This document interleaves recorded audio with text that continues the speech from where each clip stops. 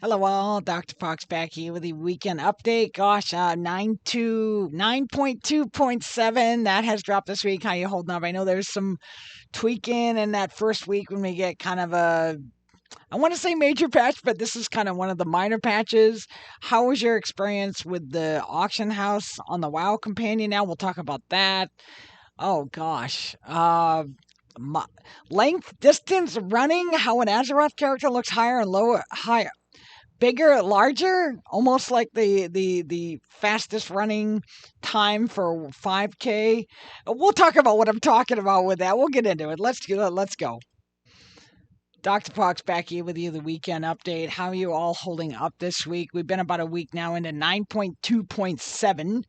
And speaking of, there's been a rumor. Now, again, don't hold these dates verbatim, but we're getting some rumors for the possible link. Again, not guaranteed, but it does sound probable. It sounded like we may see that drop somewhere around. Oh gosh, what were they saying here? I just had the numbers. Yeah, pre-patch October 25th and possible launch November 28th ish. So I don't know. It's always that time of year whenever with the leaks and the supposedly dates for when those things will be dropping. How are you holding up through season 4? I know it's going to be kind of a short season and kind of wrapping up, getting ready. Some folks are going back to school. Some are kind of wrapping up their summer plans. I know my hubby, I'm all ecstatic. We were able to get our lawnmower, our electric mower, to finally work properly. I'm all excited about that. He's outside mowing now while I rock out my weekend update here real quick. So I thought we'd kind of run through that. 10.1, which is much later after you get your Dragon Isles patch 10, which would drop for the original one. But looking beyond that, there's some possibilities of the Dragon Isles Underground. And the first thing I thought of was, Pokemon Underground like we had in Diamond and Pearl, and you'd like dig down a lot like what Jesse and James did in the series. And they'd dig, and then there'd be this underground area where you collect things. And that was the first thing that came to mind. I know it's going to probably be different, or if it does, but it was kind of interesting. So we'll have to kind of look at that too. And I think while we're on that subject, it was kind of a fascinating. It was just really fun and entertaining. Actually, one of the streamers out there, Bellular Warcraft, check him out over there. I'll put the link in there. He had a great, fun little interpretation of how.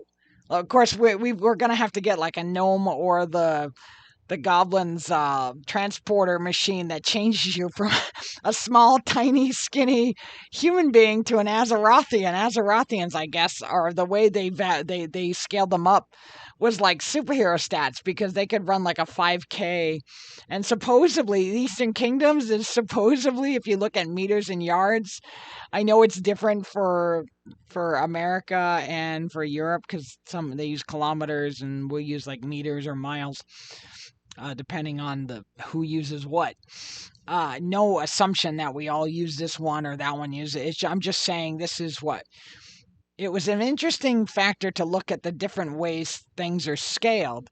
And I guess one of the fastest runners for a 5K is the speed of an Azerothian. If that human being went into Azeroth and stepped into the little goblin portal, they'd now be a bit higher. But if they ever came back to Earth, I guess supposedly they'd be, I don't want to say a giant, but definitely much, much taller than your average human being and much more powerful and muscular. So if they ever came to the human world, it's an interesting way and concept, the way that they really looked. I don't know. I just thought that was kind of fascinating. I wanted to talk about that for a couple of minutes, and it was just kind of a fun little. So a shout out to you for sort of analyzing the distance and whatnot. But like I said, I'll put that link in there as well. It was just a very, very fascinating look at it. More alpha builds this week as well. Of course, like they've got the monk talent tree up over there on Wowhead as well. You can now level a character from 60 to 70 over on the alpha. You can do pre-existing level 70 characters already and try end game stuff. There's some world quests. Speaking of the world quests, at least on alpha. Now again, it could change and come back to daily. excuse me, but I know that a lot of people felt obligated to come in every single day.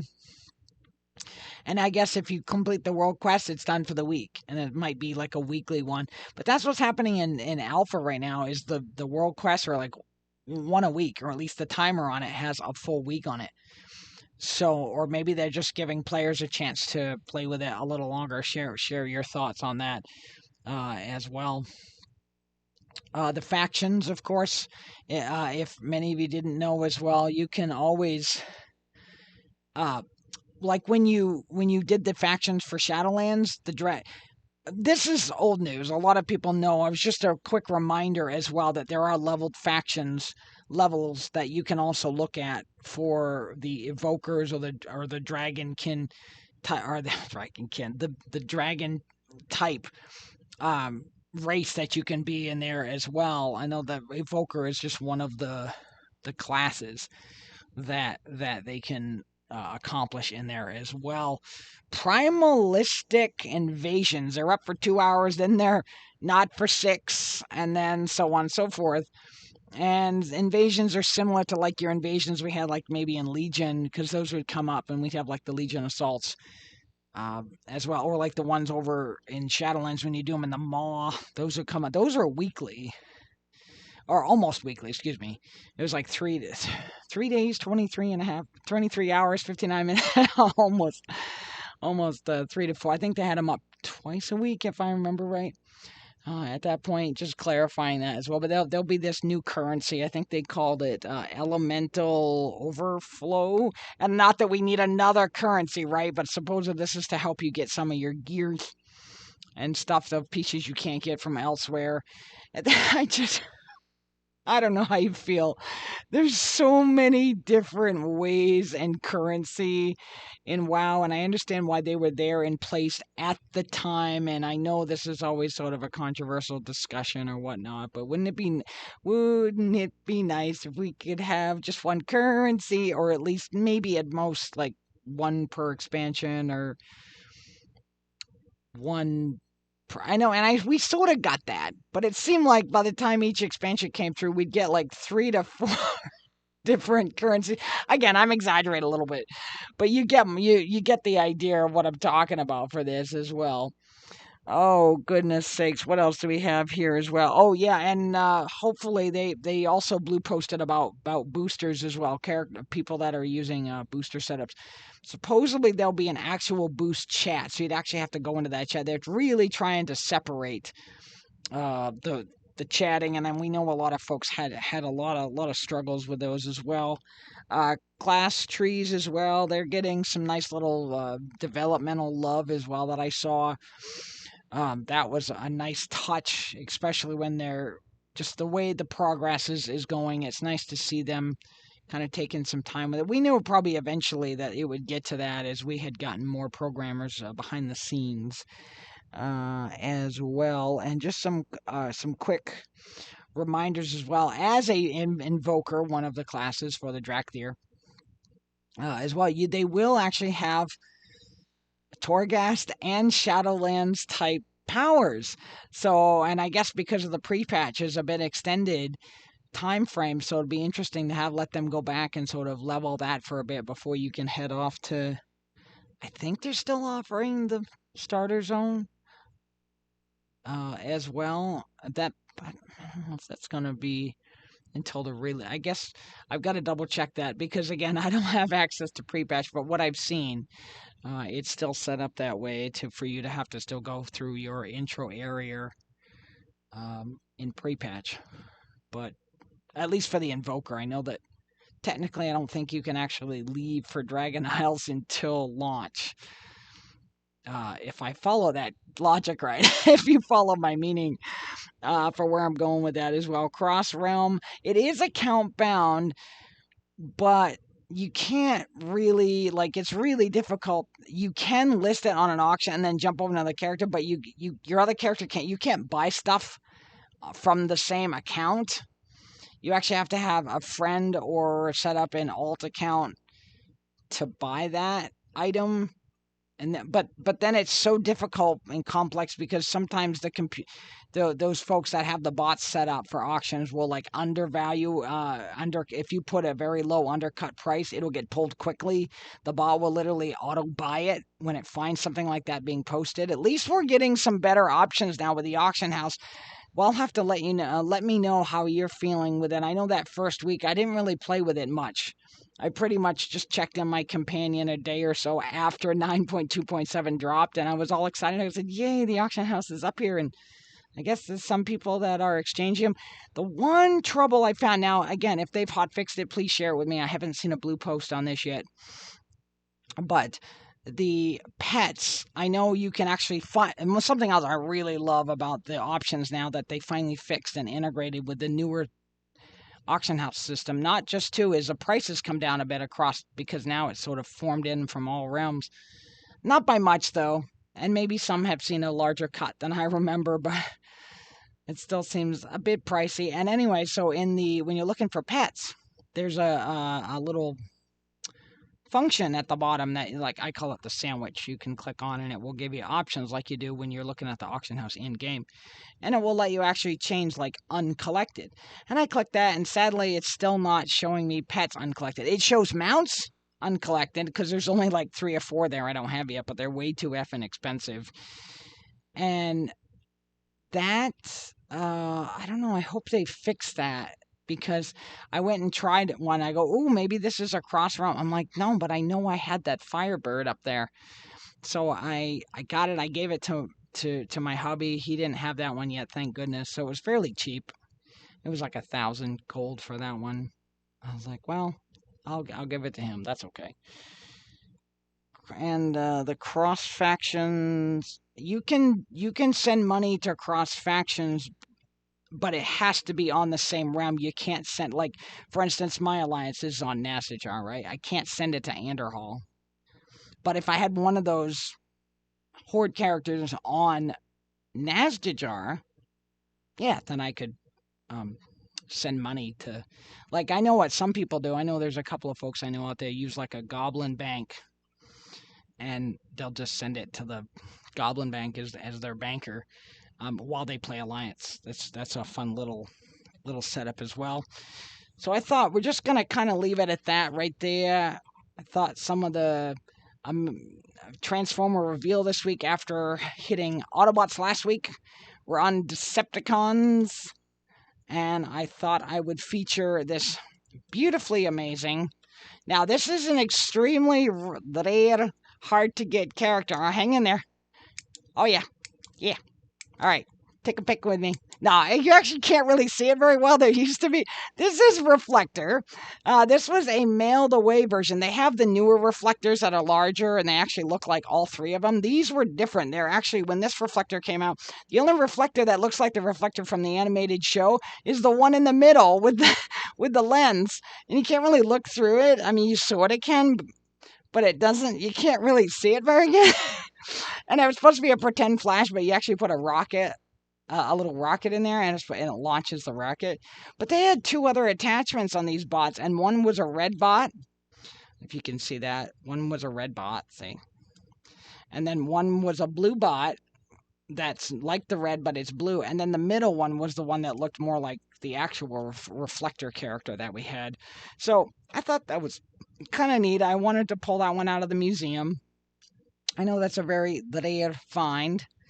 And I was doing I'm really proud of myself. We've been putting together a full XL setup of all of our Transformers. And, I had a couple of folks estimate the value. It should be like 20, 30 grand for that value, especially with some of them that are way more valued than 1,500 just for one particular character, and they're all pretty much complete and in amazing and immaculate condition. I know I've touched them a few times, but that is something that, I didn't get a Studio Series 86 version of Reflector, which I would have loved to show you as well, but I thought I'd feature at least the original Reflector while we were on Transformers. Decepticons this week for the Transformer reveal. And so why don't we get into momentarily, if I can, which is odd because I know I had that going there as well, but I thought that would be a fun one. We're going to be featuring some of these Season 2 short, not minicon, the mini bots that we had as well. Some of those will begin to get featured over the next few weeks. When we get back to Decepticons, I'm going to feature Starscream. I have a few variants of Starscream that I will share with you folks at another time frame as well. And we'll have to kind of see how that plays out. But I think with that, I think we can here very shortly switch over to I love my calendar, kittens. I wish I could say that was my audio cue that usually flips us over for that as well. But I was going to try to show you on screen my amazing hubby has been starting to get back into molds and doing a beautiful and amazing work with molds. And I was gonna try to show you if I can get it on screen here. I don't know how good, because right now I know the camera's kind of small. I could enlarge it. But he did this phenomenal job. He added like a gold glitter. And I know my 5 major buttons I use when I play WoW. I don't know if you can see those. Where are they? They're a bit more lit up. And there's the space bar, how it's more discolored. But I know it's a little hard to see on screen, but it's like a see-through with a gold glitter on it. It looks amazing. And they're on the 4 keys, like W. Those 4 keys I use for my fingers constantly. And it has this neat little like yellow key tool that will pop the key off properly so it doesn't break. And he did a phenomenal job with that.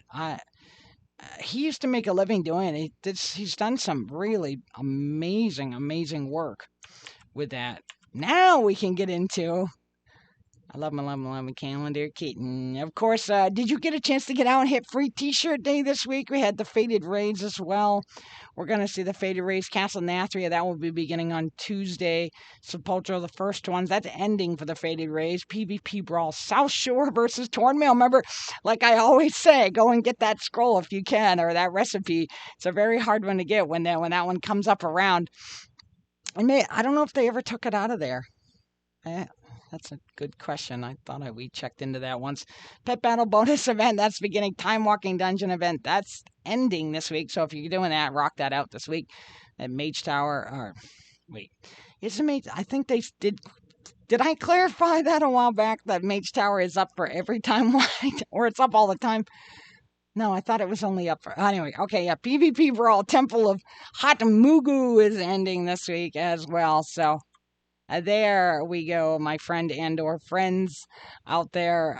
Thanks for coming along. Remember, have another good week as you plug through the later part of August. Hope you're holding up okay. I'm trying to stay cool. We have like another 89 really hot, humid, toasty day, so I have the AC on. I just temporarily turned it off while I rock this out really quick, because I can already feel my stuff starting to get a little toasty. I thought we'd get that good and out and short as fast as I could. Enjoy your week. Enjoy the rest of your summer before we kick into the fall. Start shifting gears. I know we just get in our Tiny Toons, how I spent my summer vacay. I like to always hit that as we're moving through later part of August, as we're approaching Labor Day, so we can start shifting gears and start watching the fall. And we finally got to watch the second Halloween Kills movie as well. I know some will say otherwise when they say it's a family-oriented channel to not be mentioning that film over here, but where am I? I thought we had an open discussion about what films we see. It's just what the name of the film is called. But with that said, let's kind of leave it there. Have a good week. Stay safe. Remember to call me when next time I'm on. And once again, we know the drill. We will see you later.